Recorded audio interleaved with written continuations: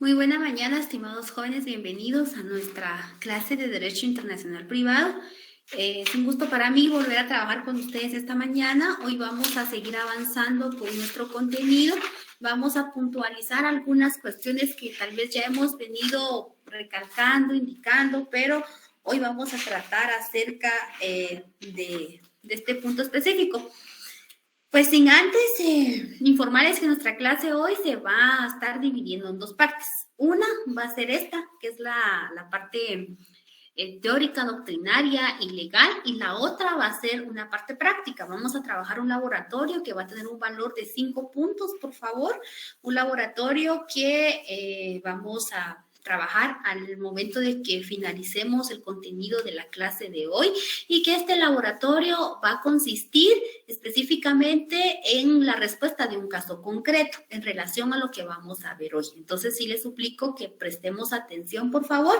Dentro de la clase, pues somos 46 personas, solamente veo a 32 personas conectadas, entonces el laboratorio solo va a tener validez para la clase de hoy, el tiempo en el cual va a estar ya habilitado, ya está programado el laboratorio para el tiempo de 30 minutos. Entonces, vamos a tratar de terminar nuestra clase a las 11:30 para que tengamos 30 minutos y trabajar el laboratorio que vamos a tener que realizar. Entonces, por favor, les suplico atención, compañeros. La verdad es de que también les quería comunicar de que ya todos los exámenes fueron revisados y pues los resultados no fueron tan buenos. Hubieron compañeros que no les fue tan bien, hubieron otros que les fue regular y hubieron otros que en efecto les fue bien. Tengo notas de 10 puntos, tengo notas de 8, notas de 9 puntos, entonces significa que pues una parte de compañeros está bien, tenemos notas de 7 puntos también, de 6, de 5, lamentablemente hay notas de 1 punto, de 0, por lo cual yo les voy a suplicar mucho a las compañeras y compañeros que no nos fue tan bien en este parcial, por favor, el siguiente, pues hacer todo lo posible, estudiar para que podamos tener nuestras notas de evaluación como son debidas, entregar las tareas que se van a estar dando para la evaluación, las tareas que se van a estar dando a lo largo todavía del semestre que hace falta. Yo creo que el examen era muy puntual, no era un examen rebuscado, no era algo que no vimos, no era algo que no hablamos en clase, no era algo que no discutimos en clase, que no se explicó, y prueba de ello, cada vez de que se finaliza la clase se les pregunta si tienen dudas, si tienen alguna situación concreta, pero no manifiestan sus dudas. Y yo creo de que algo muy importante es de que también seamos conscientes, ¿verdad, compañeros? Con nuestra preparación, el tiempo que se dio creo que es un tiempo muy justo, 20 minutos, fueron 7, 8 preguntas de 1 minuto cada pregunta, hubieron 2 de falso y verdadero, esas se responden en cuestión de 1 minuto. Entonces, realmente, compañeros, yo sí les voy a solicitar que se puedan comprometer más con su curso, no solamente acá, sino en los demás cursos. Recordemos de que antes de este tiempo de virtualidad, nosotros nos examinábamos en la U y no teníamos ningún tipo de cuestión ahí de materiales o algo, sino era nuestro examen, nuestro lapicero, y era eso más que suficiente. Entonces, yo sí les suplico, jóvenes, por favor, de que podamos estudiar. Como les vuelvo a recalcar, yo no pregunto nada que yo no explique en clase. Yo no les voy a sorprender a ustedes con un tema que yo no les he explicado, que yo no les he hablado. Material hay. Cada sábado, cada jueves, viernes, a más tardar, ustedes encuentran el material en plataforma. O sea, tampoco es de que yo los he dejado a su suerte o de que no hay compromiso de mi parte para con el curso con ustedes. No es así. Y si hay notas de 10 puntos, de 8 y de 9, significa que hay compañeros que sí se han esmerado para poder estudiar y realizar su evaluación. Pero también para aquellas personas, realmente me sorprendía, ya me daba hasta un infarto al ver respuestas de derecho penal. Yo creo que tal vez se equivocaron, estábamos examinándonos en derecho privado, internacional, y no en penal, que a las interrogantes que se planteaban me daban respuestas de derecho penal. Jóvenes, por favor, yo creo que en ningún momento yo he mezclado respuestas de derecho penal acá con ustedes, y viendo de qué manera poder rescatar 1 punto, 2 puntos con ustedes, porque habían respuestas que estaban hasta incompletas, Y yo trataba de poder apoyarles porque realmente yo no me imaginé que fuera tan complicado para ustedes una evaluación que no era cosa del otro mundo, son materiales y contenido que he explicado y tengo esa solvencia de decir que sí lo he explicado porque lo he trabajado con ustedes. Entonces, yo sí les suplico más compromiso en el curso, por favor, y que podamos realizar nuestras tareas. Todavía hay más tareas que trabajar. Recordemos que ahora la zona es total, se distribuye de manera totalmente diferente, son 65 puntos en zona. Apenas llevamos trabajando 20 puntos, todavía nos quedan 45 puntos, hoy vamos a trabajar 5 puntos, nos quedan todavía 40 puntos. Entonces yo creo que si nos vamos a esmerar un poquito más este segundo parcial, pues nos va a ir bien. Por favor, les recomiendo eso, creo que hay 2 manitas levantadas. Víctor, lo escuchamos, buenos días. Gracias, licenciada, buenos días. Pues fíjese que en mi caso yo concuerdo con el comentario que daba Danilo, de que sí creo que fue bastante corrido. Ya no estábamos acostumbrados a este tipo de cuestiones, ¿verdad? Porque antes teníamos 4 días y qué sé yo, ¿verdad? En mi caso, yo hice mi examen a conciencia y pues sí, mi nota, la verdad, no me parece y fue más que todo por el hecho de que el tiempo fue muy corto. Sinceramente fue muy corto. Yo no pude terminar mi examen porque incluso iba tal vez por la, no sé, penúltima pregunta cuando de repente, pum, me dijo el mensaje, mire, ya el examen fue enviado. Entonces yo no pude terminar el examen. Las preguntas, sinceramente, sí estuvieron, sinceramente fueron un poco rebuscadas, licenciada, porque hubieron algunas cuestiones en las que yo no sé si lo que usted estaba solicitando era un título o algo así, porque después busqué ya en las diapositivas y dije, sí, bueno, sí, por lo menos no estaba tan perdido. Sí estudié, pero como le digo, el tiempo fue muy reducido, la verdad. Por ejemplo, en el caso de los otros cursos, fueron tal vez como unas 3 preguntas más, 4, pero sí nos dieron 40 minutos, 50 minutos, dependiendo de lo complicado del examen, pero sí nos dieron más tiempo para resolverlo. Yo, si no estoy mal, tengo entendido de que de parte de coordinación habían quedado de que el examen iba a tener por lo menos duración de 1 hora. Y la otra hora era para poder subirlo por si en dado caso había complicaciones con la conexión o qué sé yo. Eso es lo que había platicado la licenciada Albío con nosotros. Respondiendo a la interrogante al compañero Víctor, mire, compañero, yo entiendo que todos tendrán ahí sus objeciones, todos tendrán sus inconformidades, todos tendrán sus puntos de vista, pero dependiendo, si fuera 1 hora el examen, hubiera sido para 60 preguntas quizá. El examen fue bien corto, no fue un examen largo. Los exámenes, cada uno de los catedráticos tiene libertad de cátedra, libertad de evaluaciones y si yo obviamente hubiera considerado que son 10 preguntas, definitivamente yo les daba mucho más tiempo, pero en este caso fueron pocas preguntas. En esta sección creo que fueron...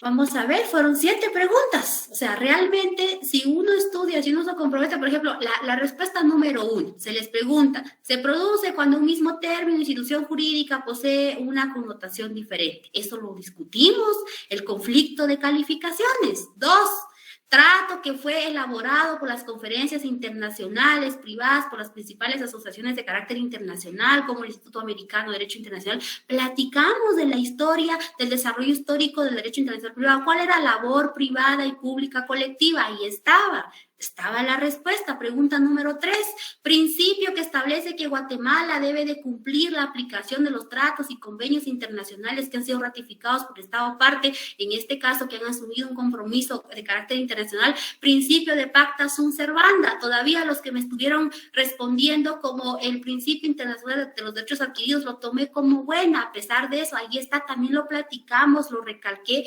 está dentro de las presentaciones y no era rebuscado. 4ª pregunta, ¿cuál ¿Cuál es la salvedad a la plena eficacia extraterritorial en los estados contratantes para la aplicación de las reglas de Código de Derecho Internacional Privado? Dijimos que era siempre y cuando que no se opusiera al orden público internacional. Estuvimos discutiendo el tema del orden público institucional, del orden público internacional. Ahí estaba, esa era la respuesta. Quinta pregunta, falso y verdadero. Diga si es verdad que el objeto del derecho internacional privado radica en proteger al individuo en su relacionamiento internacional y garantizar su seguridad jurídica. La respuesta era falso, porque ese no era el objeto del derecho internacional, el derecho internacional, ese era el fin. Lo discutimos, lo platicamos. Sexta pregunta, diga si es verdad que el derecho internacional privado no está relacionado con todas las ramas del derecho, únicamente en las cuales existe posibilidad de un conflicto debido a los diferentes contenidos sustantivos o objetivos en los diferentes estados que conforman la comunidad. Eso era falso, porque dijimos que el derecho internacional privado, y lo platicamos, lo discutimos, se relacionaba con todas las ramas del derecho. En tal, hubo una clase en la cual discutimos.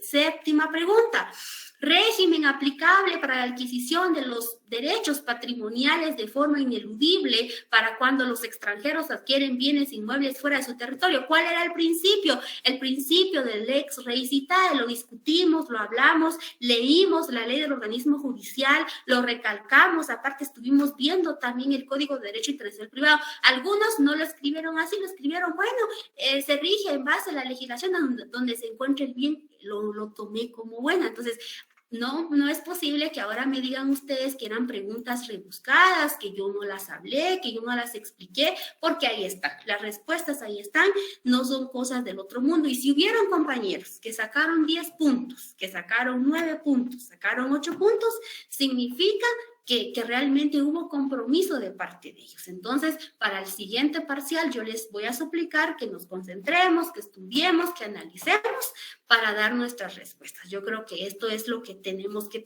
hablar sobre el tema del primer parcial.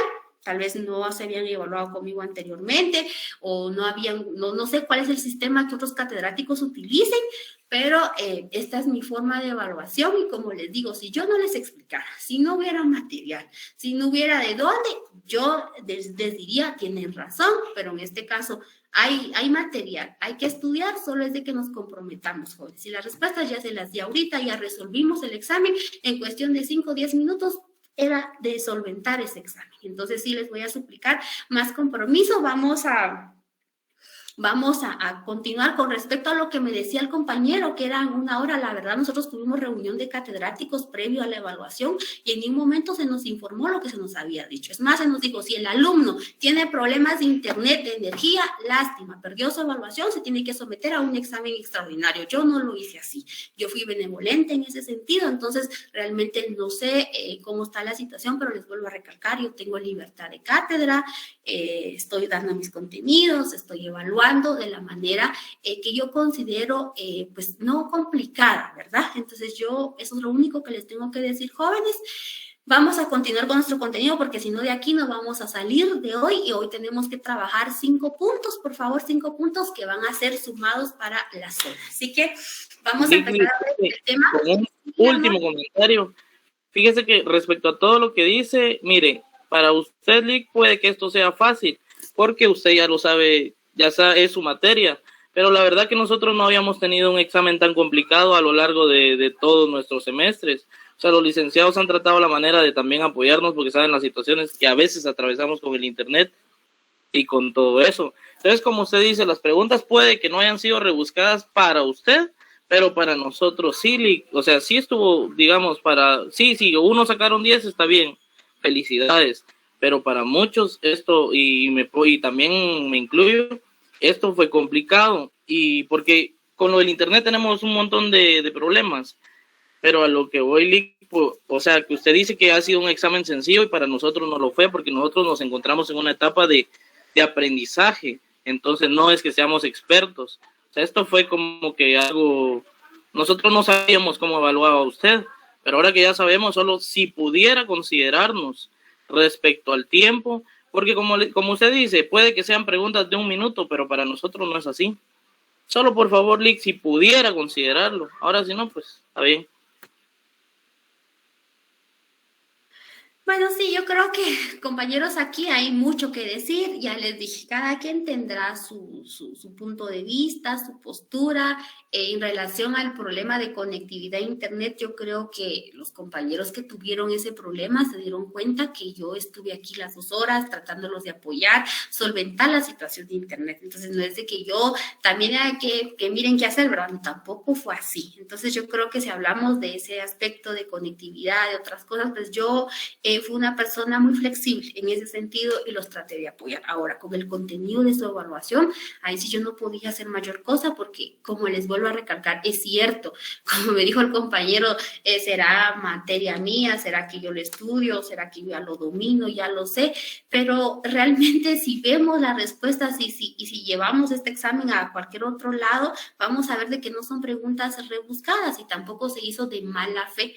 Yo no, ningún examen, ninguna evaluación que yo realice lo voy a hacer de mala fe, porque realmente yo fui estudiante, yo sé cómo ser estudiante, pero por lo mismo que yo fui estudiante, también yo sé que tenía que comprometerme, tenía que estudiar, tenía que leer y tenía que estar siempre al 100. Yo también trabajé, yo también terminé toda mi carrera trabajando y estudiando, yo también pagué mis estudios, entonces para mí no es justificación, no es pretexto el hecho de ir a decir, ay, licenciada, es que nosotros trabajamos, es que nosotros estudiamos, yo también pasé por ese camino. Entonces, esos no son pretextos, no son justificaciones, jóvenes. Cuando ustedes lleguen a examinarse para su privado, no les van a decir, bueno, mire, tenga 1 hora para responder, ahí es de una vez pregunta hecha, pregunta respondida. Si no sabía la respuesta, lo lamento mucho, se pasa a otra y así sucesivamente. Entonces yo creo que también nos tenemos que ir preparando, jóvenes. Ustedes ya están terminando, ya van por el 10º semestre,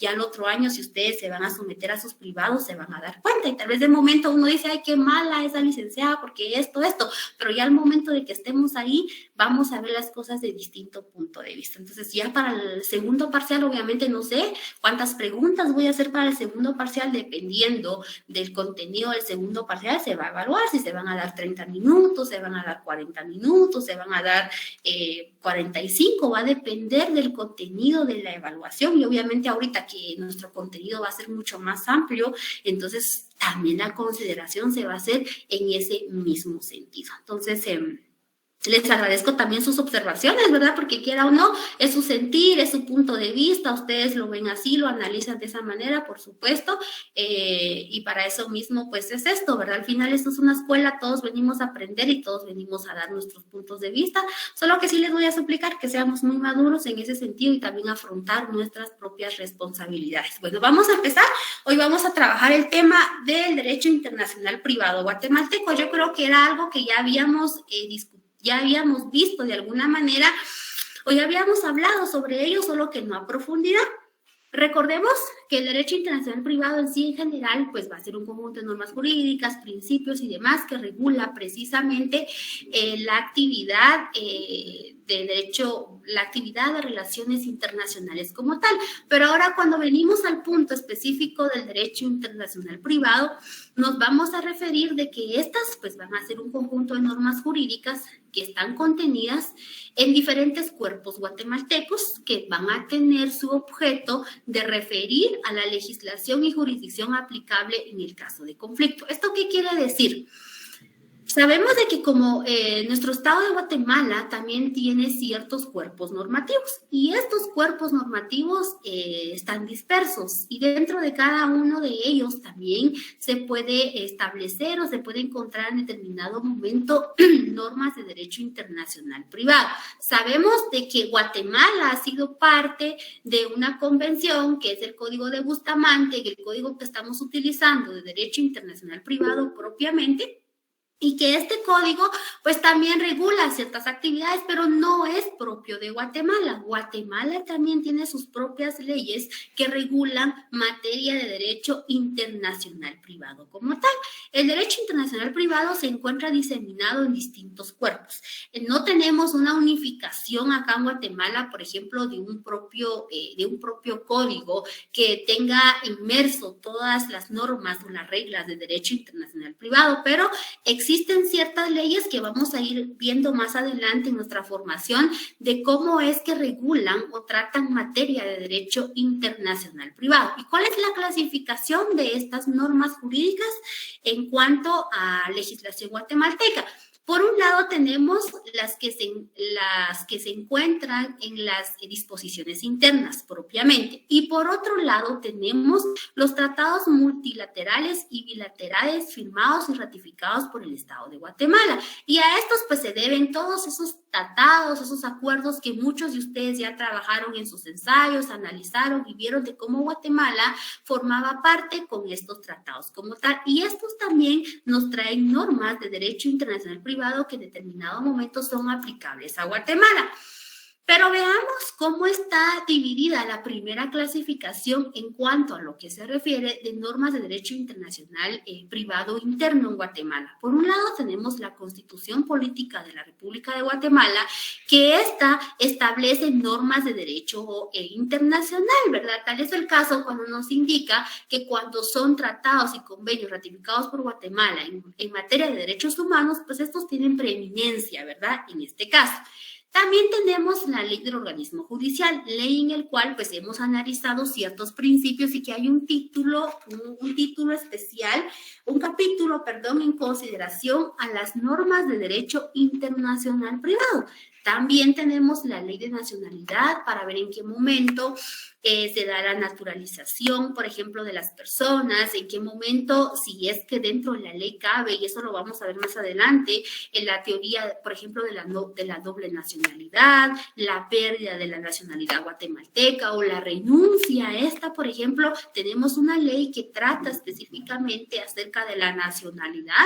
También hay una ley de migración y extranjería en cuanto a visas, pasaportes y demás, que dentro de esta ley la encontramos cómo es que el Ministerio de Relaciones Exteriores aplica esta ley, tanto la ley de nacionalidad como la ley de migración propiamente, y tenemos otras leyes que de alguna u otra manera regulan cuestiones de personas individuales o personas jurídicas como tal.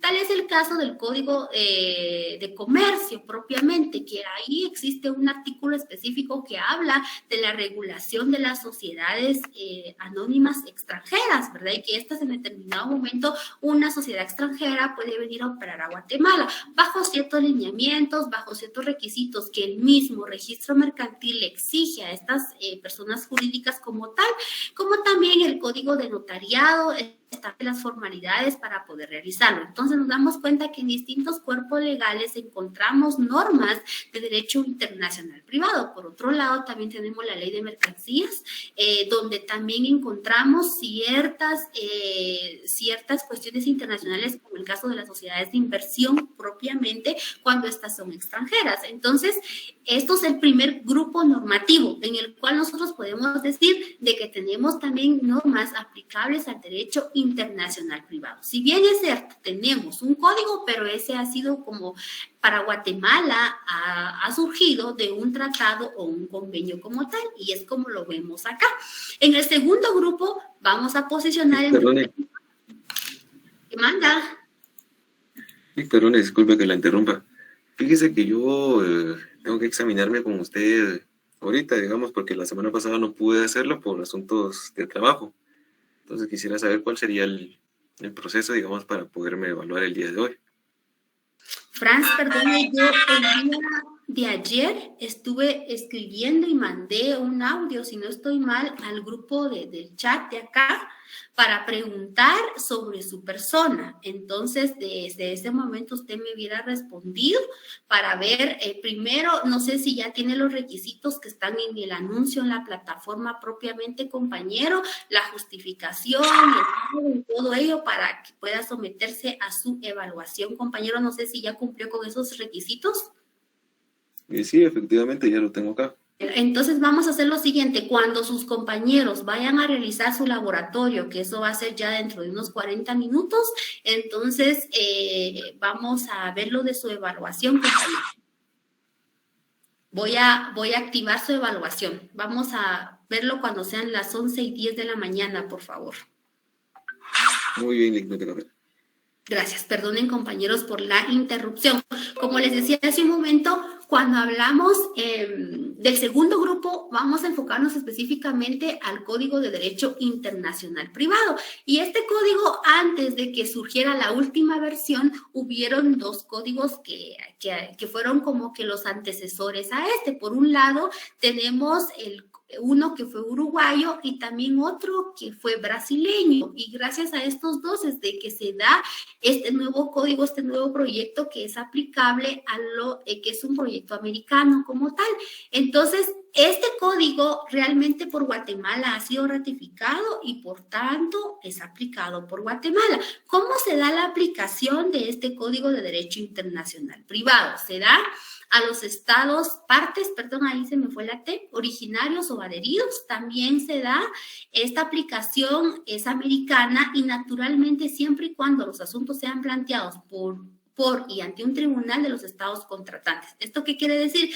Que este código únicamente ha sido dirigido a los estados americanos. No podemos alegar este código, por ejemplo, hacia el continente asiático. ¿Por qué? Porque solamente es para los estados americanos. Y es por eso que se habla también de una posible unificación del derecho internacional privado. ¿Por qué? Para que precisamente no tengamos que consultar tantos tratados, tantos convenios, por ejemplo, para ver de qué manera solventar una situación legal, un conflicto de intereses que se esté dando, por ejemplo, entre personas extranjeras y que son de distinto lugar de ubicación, por un bien, por alguna otra situación. Entonces, este código solamente lo podemos alegar en cuanto a lo que se refiere en estados americanos.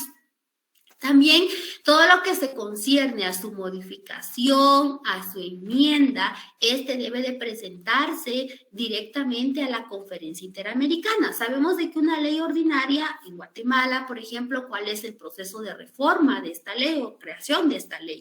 Pero cuando hablamos de este Código de Derecho Internacional Privado, pues obviamente debe de darse en el seno de la Conferencia Interamericana. Cualquier tipo de cambio, de modificación, se debe de dar en el seno de la conferencia, porque fue de ahí de donde surge este código como tal. Ahora bien, veamos por otro lado la relación que tiene este código con el sistema guatemalteco. El código en sí de Derecho Internacional Privado queda claro que no se puede modificar por leyes internas.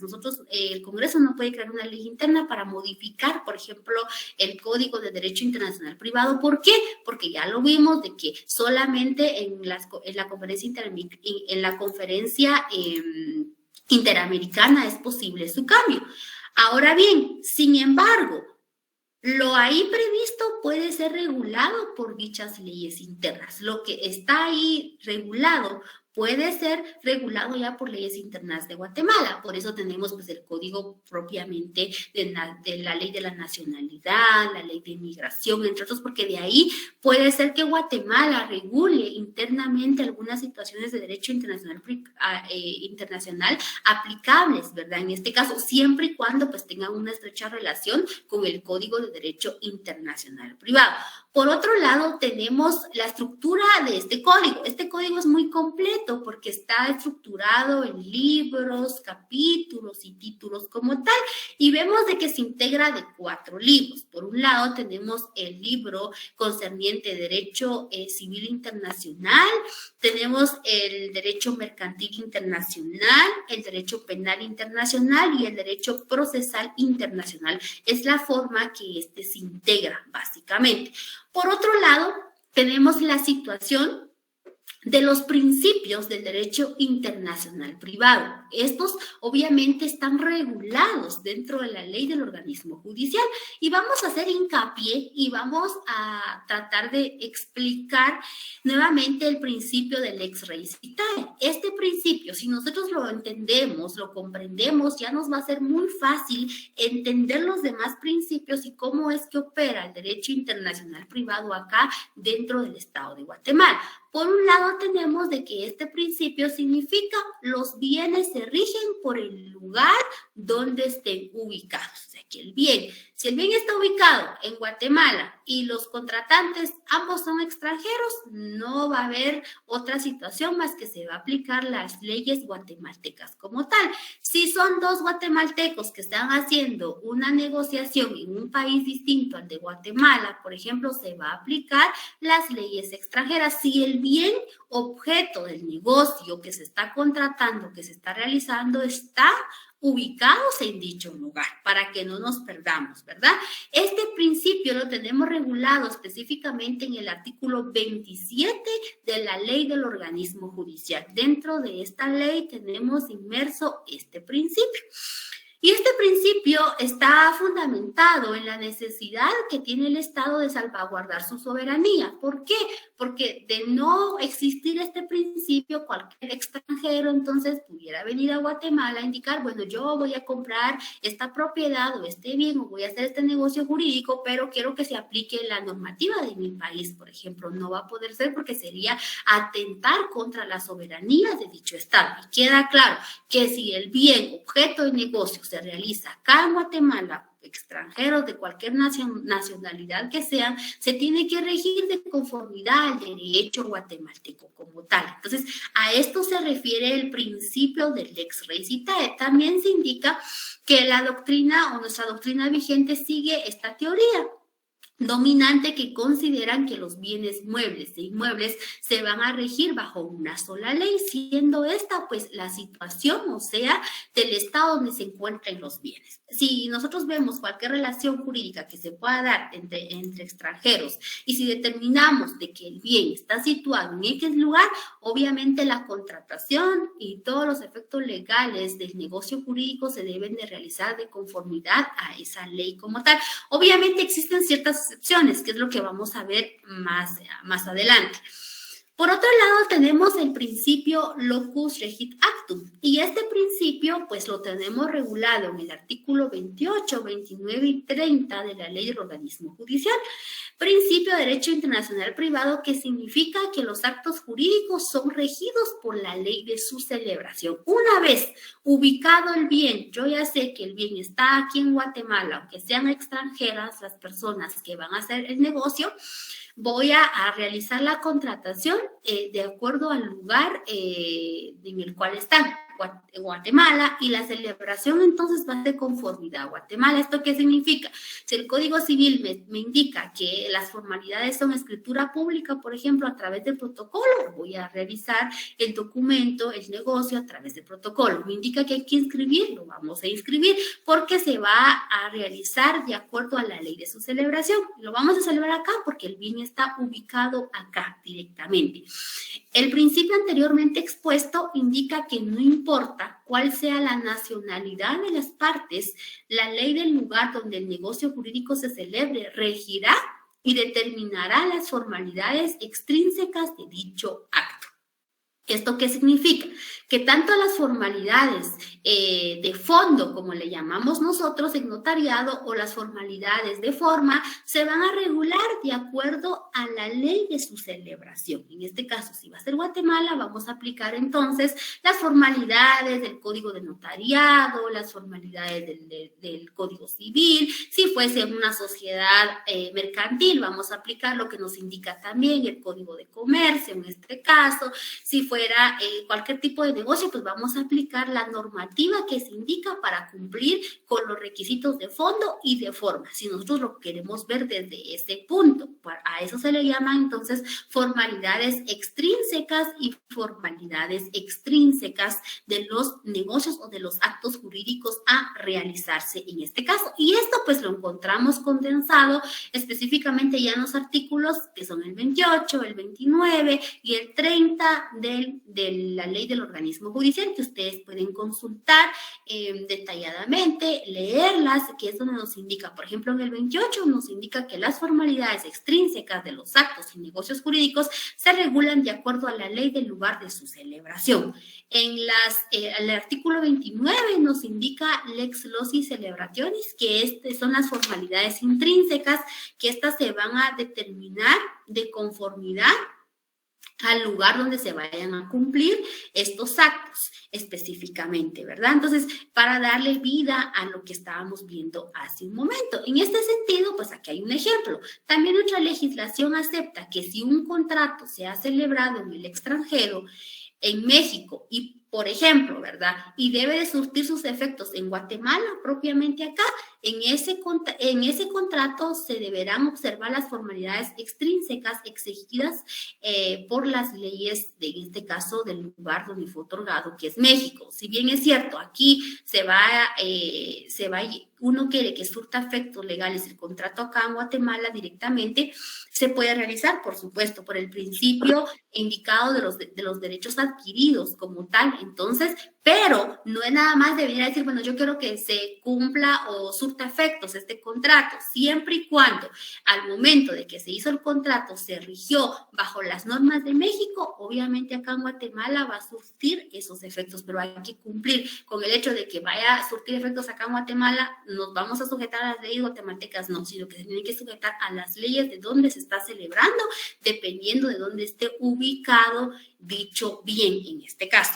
El Tratado de Montevideo, pretendiendo someter la contratación de una ley única, optó por la ley del lugar de la ejecución, criterio que se refleja en los cuerpos fundamentales modernos, que también ya le daba pie al Tratado de Montevideo este principio específicamente. Y por acá tenemos ciertas excepciones que se van a dar al principio o a la regla del lugar que rige el acto. Y por acá tenemos un punto que en algún momento, yo creo que si no estoy mal fue acá que se preguntó, ¿qué pasa cuando los documentos han sido otorgados ante los oficios de autoridad diplomática o consular, debidamente facultado para autorizar dicho contrato ante notario del Estado? Esto lo encontramos regulado en el artículo 43 de la Ley del Organismo Judicial, que en determinado momento la actuación notarial de un notario guatemalteco puede darse en el extranjero, por ejemplo. Por otro lado, los funcionarios diplomáticos y consulares guatemaltecos, cuando sean notarios, estas personas están facultadas para realizar ese tipo de contratación. ¿Esto qué significa? Si nosotros estamos en el extranjero, necesitamos hacer, por ejemplo, un negocio jurídico y el bien se sitúa, por ejemplo, acá en Guatemala, yo puedo estar allá, hacer el contrato, en este caso con un notario guatemalteco se hace la contratación, porque aunque yo esté en el extranjero, se puede realizar siempre y cuando pues el notario esté facultado para realizar lo que esté en el extranjero, en este caso que sea un funcionario diplomático consular, siempre y cuando que este sea guatemalteco, va a surtir plenos efectos. ¿Y qué sucede después? Bueno, se debe de protocolizar el documento. Algo muy importante que tenemos que tener claro, jóvenes, no se trata de llevarse el protocolo para otro estado, porque el protocolo no lo podemos sacar del estado de Guatemala. Ese tiene que estar en Guatemala, pero sí se puede realizar el contrato en hojas de papel normal, en hojas de papel simple, para posteriormente hacer la protocolización ya acá en Guatemala para que surta plenos efectos. O sea que en determinado momento el notario guatemalteco puede ejercer en el extranjero y puede dar fe a ese negocio jurídico que estoy yo realizando, por ejemplo, o aunque seamos dos extranjeros que estamos conviniendo la compra de una propiedad acá en Guatemala, podemos acudir ante un notario guatemalteco que esté ejerciendo en el extranjero para que lo pueda hacer. ¿Por qué? Porque el contrato va a surtir plenos efectos acá en Guatemala, porque el bien está ubicado acá en Guatemala. A esto se refiere una de las excepciones específicas que regula el artículo 43 de la Ley del Organismo Judicial. Y acá nos sigue hablando de la protocolización, creo que es un tema que ustedes ya conocen.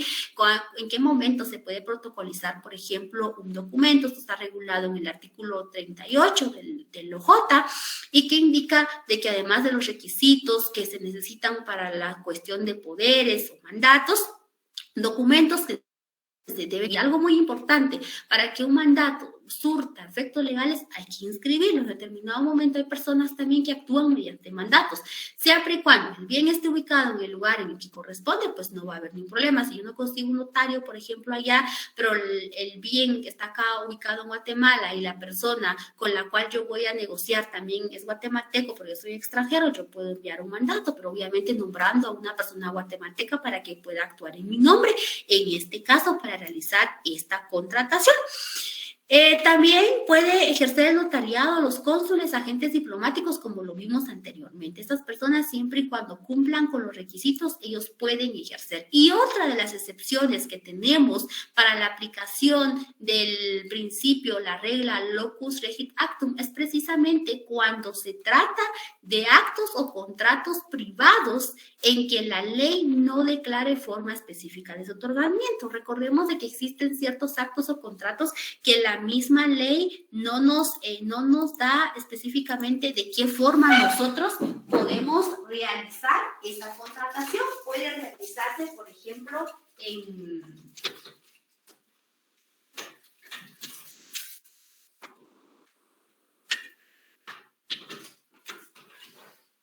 Disculpe, solo que ya se me estaba descargando la computadora y tuve que cargarla. Cuando en estos casos se da esta situación, cuando no tenemos una forma que la misma ley nos indica, ¿verdad? Que una formalidad específica que sean en hojas de papel protocolo, por ejemplo. Entonces, cuando no tenemos esta forma específica, se puede otorgar mediante documentos privados. Entonces, sin ningún problema, se puede realizar el documento privado siempre y cuando pues se cumplan con las formalidades y veamos realmente dónde esté ubicado el bien para poder realizar la contratación. Si el bien no está acá en Guatemala, aunque existe documento y demás, lo podríamos hacer, pero no va a surtir efectos. ¿Por qué? Porque no estamos cumpliendo con las normas que nos indica la misma ley del organismo judicial para su celebración. Y por último, tenemos el principio del lex fori, y este principio expresa o es aplicable a los procesos judiciales y sus incidencias. Cuando hay que entablar una demanda, una acción como tal, esta sea de un juicio, de cualquier tipo de juicio que estemos hablando, lo vamos a tener que realizar, por ejemplo, dentro de Guatemala. Si un extranjero plantea una demanda acá en Guatemala porque la ubicación de los bienes están acá, porque se ejecutó el contrato acá, porque acá se celebró propiamente, entonces se va a tener que demandar acá en Guatemala. Si hubo alguna situación con la propiedad, si vamos a entablar una acción sumaria, una acción de nulidad, una acción penal o cualquier situación de otra índole, lo vamos a tener que hacer en Guatemala. Por eso hemos visto algunos casos en la noticia propiamente cuando matan a un extranjero acá en Guatemala. El que debe de conocer todo el proceso debe de ser Guatemala. ¿Por qué? Porque se dio acá. No podemos presentar la demanda, la denuncia propiamente en otro estado porque se está dando acá en Guatemala y por lo tanto la acción se debe de cumplir acá en Guatemala, el proceso de investigación y todo lo que conlleva un proceso penal, pues se debe de hacer acá. Igual, si el extranjero se entera de que el negocio jurídico que ha hecho, por ejemplo, lo sorprendieron en su buena fe, adolece de algunos otros vicios que tenía, que no se enteró, bueno, va a ver si es posible actuar algún proceso de una nulidad, un juicio sumario, cualquier otra situación que quiera realizar, pero lo va a tener que realizar dentro del estado de Guatemala como tal. Y esto está inmerso en el artículo 33 y 34 de la ley del organismo judicial, en el cual establece cómo es de que se da la regla del derecho internacional privado, que se expresa argumentando que los procesos judiciales y sus incidencias, cualquiera que sea su naturaleza, se tramitará con arreglo a las leyes procesales del Estado cuyo territorio se promueva la acción. Entonces nos vamos a tener que regir al Código Procesal Civil, al Código Procesal Penal, al Código, a las normas de derecho procesal laboral, por ejemplo, cuando son materias laborales, si hubiera alguna situación laboral propiamente que entablar acá en Guatemala por un trabajador extranjero que se liberó algún derecho, que no se le quisiera pagar prestaciones y demás, lo va a tener que hacer de conformidad a las leyes guatemaltecas como tal. El derecho que regula y rige el proceso es que rige en el lugar donde se ventila el litigio. Esto significa que si un extranjero plantea una demanda en Guatemala, el proceso se regirá por las leyes procesales guatemaltecas. Y él no puede alegar, por ejemplo, que quiere la aplicación de sus normas de carácter internacional. ¿Por qué? Porque se está realizando acá en Guatemala. Y esto pues está también regulado en el artículo 34, que nos establece los tribunales guatemaltecos son competentes para para emplazar a personas extranjeras o guatemaltecas que se encuentran fuera del país en los siguientes casos: cuando se ejercite una acción que tenga relación con actos o negocios jurídicos realizados en Guatemala. Aquí viene otra vez la situación de los principios que vimos hace un momento, la situación de los bienes, las formalidades externas de los actos y las formalidades internas propiamente. En el inciso B tenemos cuando se ejercite alguna acción concerniente a bienes que estén ubicados en Guatemala. Si los bienes están ubicados en Guatemala, aquí se va a realizar la demanda como tal. Y C, cuando se trate de actos o negocios jurídicos en que se haya estipulado que las partes se someten a la competencia de los tribunales de Guatemala. Si esto se da, entonces se va a someter a ello, jóvenes. Tomemos mucho en cuenta esto de que las partes también pueden convenir, en este caso, a través del pacto de sumisión que está condensado en el artículo 31 de la Ley de Organismo Judicial, que establece que en determinado momento las partes pueden convenir someterse, en este caso, a las legislaciones, a dicha legislación. Si ellos establecen que se van a someter a Guatemala, lo van a tener que hacer siempre y cuando no se dé la situación del fraude de ley. No, yo tuve que averiguar antes, por ejemplo, y me va a convenir más allá. Yo voy a variar, por ejemplo, ahí el punto de conexión, ahí estaría yo cometiendo un fraude de ley, o cuando sea contrario al orden público, que también eso lo tiene claro el artículo 31, que ustedes pueden leer y buscar por ahí. Y por último, esto también lo encontramos en el artículo 340, 341 y 343 del Código de Derecho Internacional Privado, que aquí también nos indica que cuando esto sucede, pues existe cierta inmunidad en cuanto a la jurisdicción que gozan los agentes diplomáticos, los estados y los jefes de Estado extranjero. Recordemos de que estas personas, antes de que se inicie una acción en contra de ellas, pues hay cierto proceso que hay que agotar, ¿verdad?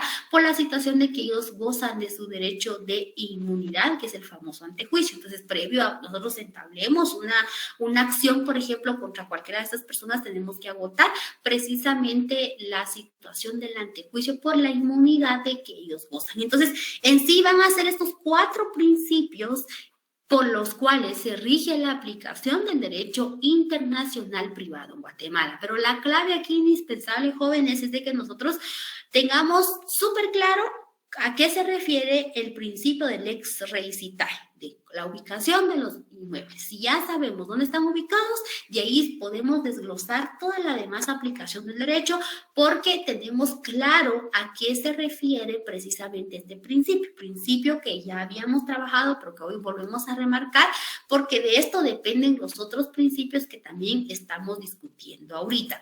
¿Alguna persona tiene alguna duda específica con alguno de los principios? Sí, ¿son 3 o son 4 los principios? Tenemos el que está en el artículo 27, el 28, el 29, ahí ya vamos 3, más el lex fori son 4, compañera. El principio lex rei citae es 1. El locus regit actum es el segundo. Exacto. O hay 2. Y el lex fori es el tercero. Sí. Mire, pues, Sí. el lex rei citae es 1. Sí. El locus regit actum es otro. El lex loci celebrationis es otro. Y el 33 y el 34 tenemos el lex fori, que ese es el cuarto. De acuerdo, gracias, licenciado. Muy bien, ¿alguien más con alguna otra duda? Keila, ¿la escuchamos? Sí, licenciado, buenos días. Yo tengo 2 dudas. Usted mencionaba, Lic, que cuando un contrato celebrado en el extranjero vaya a surtir efectos en el país, es decir, por ejemplo, aquí en Guatemala, se debe de tomar en cuenta las formalidades extrínsecas e intrínsecas. Entonces, ahí es en donde tengo duda, Lic. ¿Esas formalidades se van a tomar en cuenta al momento de su celebración o al momento en que se vaya a protocolizar el contrato acá?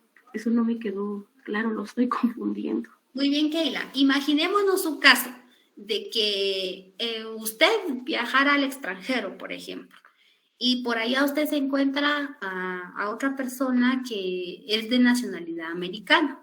Y pues usted tiene una casa acá en Guatemala y pues a esta persona le interesa su casa y usted la quiere vender.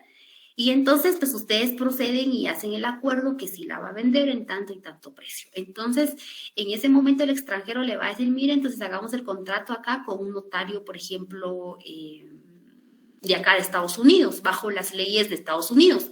No puede ser, en primer lugar, porque el bien está ubicado acá en Guatemala, aunque ustedes sean totalmente extranjeros en el lugar en el que se encuentren. Entonces, usted como guatemalteca sabe que por allá en Guatemala hay un notario guatemalteco, entonces ustedes pueden acudir con el notario guatemalteco, en este caso, para que él pueda realizar la escritura de compraventa, obviamente la escritura o el contrato, en este caso, perdón, el documento, en el cual se va a regir de conformidad a lo que establece el Código Civil guatemalteco y el Código de Notariado, que es lo que indica en cuanto a formalidades de fondo y de forma para un contrato de compraventa como tal. Entonces, desde allá se va a regir de conformidad a las leyes guatemaltecas. Ya para que surta plenos efectos acá en Guatemala, pues ya el extranjero enviaría el documento para su protocolización, por ejemplo, y aquí pues se inscribe en el registro de la propiedad y ya surte plenos efectos el contrato, compañera. A eso se refiere que esas formalidades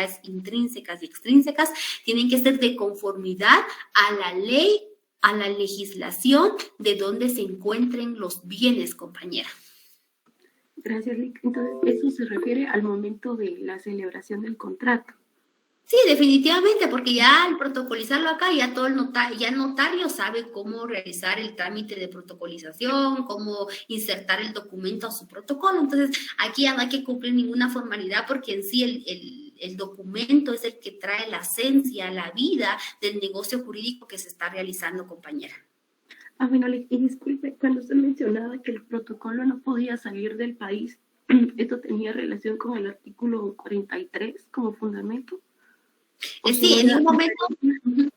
Sí, recuérdense que el notario allá en el extranjero puede hacer los negocios jurídicos que le soliciten, pero los va a hacer obviamente en hojas normales, en hojas de papel bond, en hojas así, sin usar el protocolo, porque el protocolo no puede salir del Estado de Guatemala. Obviamente hay ciertos notarios que tal vez lo hacen, ¿verdad? Y que están realmente violando las leyes guatemaltecas y están incurriendo en un delito, en una falta, al querer llevarse precisamente el protocolo de acá de Guatemala. Solo permitan un momento, jóvenes, es que no me carga mi computadora, disculpen.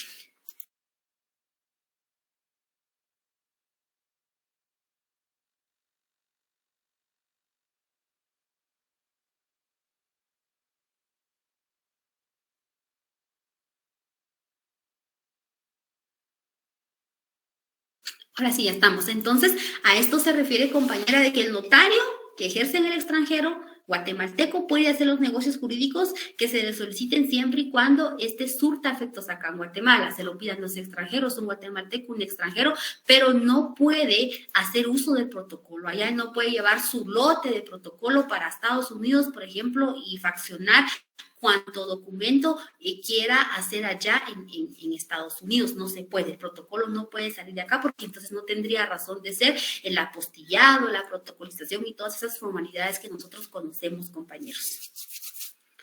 Gracias, Lic. Licenciada. Sí, compañera Elena. Fíjese que yo tengo dudas respecto a los principios. Es que de acuerdo a las diapositivas solo aparecen 3 y usted mencionó 4. Entonces, la número 3 es la que no la ubico ahí en la diapositiva, solo de locus regit actum habla en varias diapositivas, pero después de ese se pasa al lex fori y el tercer principio no está en las diapositivas, o es que yo no logro verlo. Disculpe, licenciada. Muy bien, compañera Luz, es que el locus regit actum lleva consigo el locus regit actum, lleva consigo el ex loci celebrationis, lleva consigo el ex loci executionis, compañera. Cuando hablamos nosotros del principio locus regit actum, estamos hablando de todas esas formalidades que necesitan cumplirse para que el negocio jurídico, el acto que se esté celebrando, pues surta plenos efectos. Y aquí es donde estamos, por eso le digo, en el artículo 26, en el artículo 27 encontramos el primero, en el 28 el segundo, el 29 el tercero, El cuarto lo encontramos precisamente en el de lo procesal, que está en el artículo 33 y 34 de la ley del organismo judicial, compañera, que es al que se refiere al Lex Fori. Sí, ya lo vi, licenciada. Muchas gracias. Perfecto, estamos a la orden. Entonces, compañeros, hoy vamos a tener una pequeña actividad. No es nada complicado, es solamente aplicar estos principios a un caso concreto que se les está preguntando en un laboratorio. Se les plantea un caso y hay que responder a lo que se plantea de conformidad a lo que se explicó ahorita en clase, a estos principios, qué pasa, qué sucede, y ustedes ya responderán. El laboratorio tiene un valor de 5 puntos. Son 4 preguntas nada más, tienen un lapso de 30 minutos, 30 para poder responderlo, 30, 35, no, yo creo que fueron 35 minutos para poder responder su laboratorio. Entonces, de ahí ustedes abren un documento de Word, por favor, y ya ustedes me van indicando sus respuestas. Es decir, copian la pregunta número 1, ya indican su respuesta, pregunta número 2 y así sucesivamente hasta la 4, y ya me cargan el documento, porque el laboratorio es con carga de documentos. Entonces ya me cargan su documento, ya lo envían y yo ya lo voy a estar revisando. Entonces esa va a ser la tarea que tenemos el día de hoy. Pueden hacer uso de su ley, de la ley en este caso que estuvimos trabajando,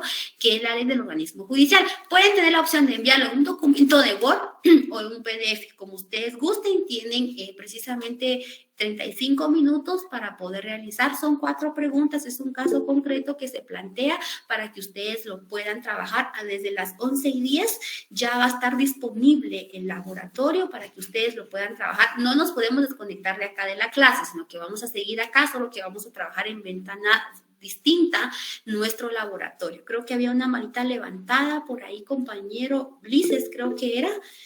Diga, compañero. Sí, licenciada, buen día. Viera que con una molestia, yo no sé si hay la posibilidad de que yo pueda responder el examen a través de un texto ahí en la opción que da la plataforma. Lo que pasa es que estoy trabajando y no tengo a la mano mi compu, disculpe. Fíjese, compañero, que como es con carga de archivo, creo que no le da esa opción, pero si gusta verifique, como es con carga de archivo, no creo que dé, pero desde su teléfono puede crear el documento también y puede responder a las preguntas, porque eso pasó con otros compañeros que no podían, pero desde el teléfono lo pudieron hacer y lo pudieron cargar sin ningún inconveniente, compañero Cristian.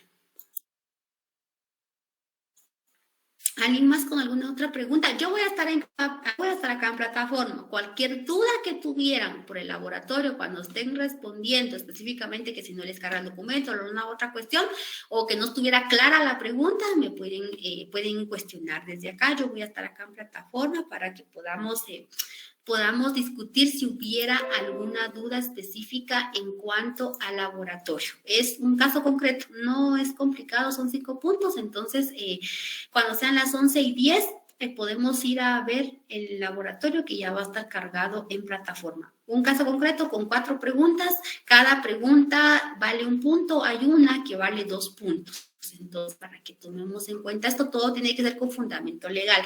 Algo que les encargo, lean bien la pregunta y si les indican fundamento legal, tiene que venir con fundamento legal. Si solo les está preguntando alguna situación que usted puede responder sin fundamento legal, pues lo puede realizar, pero por favor quiero que las respuestas vengan claras a manera de evitar cualquier inconveniente. Por favor, ya el siguiente sábado vamos a continuar con nuestro contenido y el siguiente sábado les voy a dejar ya la siguiente tarea con un valor de 10 puntos. Entonces, para que lo tengamos bien presente, jóvenes, si no hubiera ninguna otra duda en relación a estos principios, podemos ya irnos a buscar nuestra tarea que tiene un tiempo de 35 minutos, por favor, para que lo tomemos en cuenta. Ya al momento que finalizan, me avisan, licenciada, ya terminamos, ya se pueden ir desconectando de la clase, pero me tienen que informar para ir tomando su asistencia.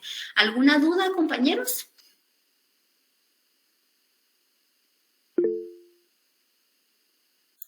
Sí, Carla, ¿la escuchamos? Decía, muy buenos días, viera que no me quedó muy claro. Entendí muy bien cuando dijo de que, digamos que si el bien está aquí en Guatemala, se va a regir por las leyes de acá, ¿verdad, licenciada? Exactamente, Carla. O sea que si el bien está ubicado acá en Guatemala, aunque sean 2 extranjeros, no sean guatemaltecos los que quieran comprar el bien acá en Guatemala, que uno sea extranjero que está vendiendo y el otro guatemalteco, el otro extranjero, pero el bien está en Guatemala, se va a tener que regir de conformidad a las leyes guatemaltecas. Y si fuera un guatemalteco vendiéndole a un extranjero, también se va a regir por las leyes guatemaltecas. Y si fuera un extranjero hacia un guatemalteco, también se va a regir por las leyes guatemaltecas por el simple hecho que el bien está ubicado acá en Guatemala. A eso se refiere ese principio, compañera. Muy bien, licenciada. Ahora, entonces, póngale que si el bien estuviera en México, se regiría por las leyes mexicanas. Yo no podría hacer el contrato aquí en Guatemala. No, ya no, compañera, ¿por qué? Porque usted misma lo dijo, el bien está allá en México, entonces yo no puedo como guatemalteca comprar, por ejemplo, una propiedad ya en alguna parte de un estado de México, por ejemplo. Yo no puedo venir y decir, bueno, yo quiero que sea aplicado el Código Civil de Guatemala y el Código de Notariado para el negocio jurídico. No se puede porque el bien está ubicado en México, por lo tanto yo sí puedo comprar la propiedad. No se me va a limitar mi derecho de un acuerdo de voluntad, pero sí para que ese acuerdo de voluntad tenga plenos efectos legales, tenga una eficacia como tal, se debe de acoger a la normativa de dónde está ubicado el bien, y en este caso va a ser allá en México, entonces lo vamos a hacer de conformidad a las leyes mexicanas, compañera. Muchas gracias, licenciada. Gracias a usted. Kendi, ¿la escuchamos? Buen día, licenciada. Disculpe con una molestia. Acerca sobre lo que preguntaba la compañera Carla, es de que si el bien está en México, digamos, o sea que, digamos, el abogado y notario acá en Guatemala no podría utilizar prácticamente el protocolo para realizar la compraventa, sino que podría ser a través de hojas así normales, comentaba usted hace un rato, y solo se le daría la validez legal, ¿o estoy equivocada? Mire, compañera, veamos. Lo siguiente, si el bien está allá en México, obviamente el que debe de realizar la escrituración de esa propiedad debe de ser un notario, en este caso un mexicano. ¿Por qué? Porque es el que conoce su legislación y es como él lo va a poder hacer para que surta efectos legales del contrato, y además el bien está ubicado allá propiamente en México. Entonces, no puede venir el notario guatemalteco, en este caso, desde acá a Guatemala, a hacer el contrato de conformidad a las leyes mexicanas. ¿Por qué? Porque el contrato va a surtir plenos efectos allá en México. Entonces, donde se va a realizar el contrato tiene que ser allá en México. Ahora bien, ya teniendo el contrato, la persona desea, por ejemplo, el guatemalteco que hizo el contrato allá en México, desea protocolizarlo acá en Guatemala, entonces ya se procede a pedirle los oficios notariales a un notario guatemalteco para que protocolice ese documento y se pueda enviar a donde corresponde. Pero en ningún momento yo, notaria aquí en Guatemala, estoy y voy a hacer un contrato de compraventa de un bien allá en Estados Unidos. No puedo hacer eso porque se debe de regir de conformidad a las leyes de dicho lugar. ¿Y quién es el conocedor de esas leyes? Obviamente va a ser el notario, el profesional que reside o que se ubica en ese estado. Ahora bien, lo que explicábamos hace un momento, que es una excepción, que si, por ejemplo, yo soy guatemalteca, estoy allá en el extranjero y hay un notario guatemalteco allá, entonces yo puedo contactar al notario guatemalteco para que pueda realizar la contratación de una compraventa, por ejemplo, de un bien que yo le voy a vender a otra persona, ya sea guatemalteca también, pero el bien está ubicado acá en Guatemala. Yo puedo realizar ese contrato allá con un notario guatemalteco porque se va a regir de conformidad a las leyes guatemaltecas y además el bien está ubicado acá en Guatemala. O si el extranjero me vende a mí, por ejemplo, una propiedad que él tiene acá en Guatemala, no hay ningún problema, podemos ir con el notario guatemalteco porque él conoce la legislación guatemalteca y como el bien está ubicado acá, lo podemos realizar desde allá porque va a surtir efectos legales acá. Obviamente hay que cumplir con la protocolización después de ese documento porque el notario allá no puede hacerlo en su protocolo, porque él no puede llevarse el protocolo, pero lo puede hacer en un documento privado para que surta efectos legales acá en Guatemala, compañera Kendi. Gracias, muy amable, licenciada.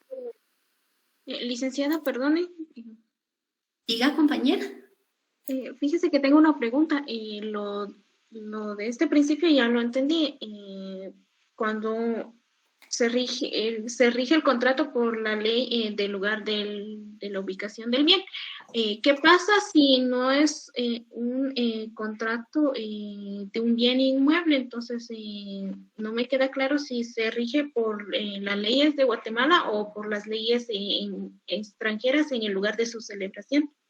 A ver, veamos, cuando estos son bienes, por ejemplo, muebles, inmuebles, en este caso, pues se van a regir de conformidad a la ley, pero esto se da mucho en materia mercantil, cuando son productos, cuando son mercancías y demás, recordemos de que va a ser derecho mercantil internacional y el derecho mercantil internacional, en cuanto a contratación se refiere, se rige bajo los dos principios de buena fe y verdad sabida. Entonces, ¿quién no ha comprado en línea, por ejemplo, productos quizás que estén en otro estado y que vengan acá a Guatemala? Propiamente no va, bueno, entonces vamos a hacer una compraventa de conformidad al Código Civil de Guatemala. Recordemos, jóvenes, que en materia mercantil hay muchos contratos por adhesión, solamente hay que adherirse a eso, aceptar sí o no. No hay ninguna situación de que discutamos, por ejemplo, las cláusulas bajo las cuales nosotros vamos a hacer la contratación, porque en mercantil hay muchos contratos por adhesión. ¿Le gusta el producto? ¿Vale tanto? Muy bien, sí lo quiere, perfecto, ahí está, se lo mandamos, por ejemplo. Entonces, cuando hablamos de derecho mercantil es una cosa muy distinta a cuando estamos hablando de un derecho civil propiamente, compañera, porque el mercantil internacional se rige bajo otros principios, bajo otras disposiciones y se cumplen de manera diferente cuando estamos hablando específicamente de un bien. Recordemos que va a haber mercantil cuando ya hay un comerciante dentro de esa relación jurídica que estamos haciendo como tal. Sí, es una relación privada, pero uno de estas personas es un comerciante, porque si usted quiere un producto, lo adquiere de una empresa, por ejemplo, usted no es comerciante, usted es una persona individual, pero con la persona con la que usted va a adquirir el producto tiene la categoría de ser comerciante. Entonces ahí ya se va a regir de conformidad al derecho mercantil, compañera. Muchas gracias, licenciada. Entonces, compañeros, ya el laboratorio está habilitado desde que lo inician, tienen 35 minutos para poder responderlo. Entonces, no nos desconectemos acá, por favor, que desde acá vamos a estar. Ay, había un compañero que iba a hacer su examen. ¿Quién es? Perdonen, ¿quién era? Los demás ya pueden trabajar con su laboratorio, por favor. ¿Quién era el compañero? Soy yo, licenciado. Entonces, compañero, en lo que yo le habilito su evaluación, por favor, la evaluación también va a tener una duración de 20 minutos para usted. Entonces, le voy a suplicar que en lo que yo habilito ahorita su evaluación, pueda dejar respondido su laboratorio, porque el laboratorio solamente va a estar